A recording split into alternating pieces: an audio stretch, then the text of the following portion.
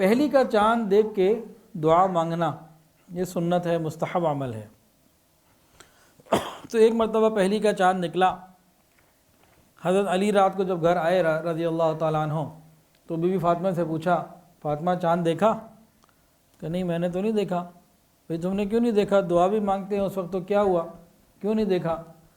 تو فرمایا کہ دل میں تو آیا کہ میں دیکھوں، لیکن ایک خیال آ گیا جس کی وجہ سے میں نے آج پہلی کا چاند نہ دیکھا، دعا بھی نہ مانگی۔ اب حضرت علی رضی نے پوچھا، بھئی فاطمہ کون سا خیال آ گیا، کیا تم نے سوچ لیا، کیا خیال آیا تمہیں؟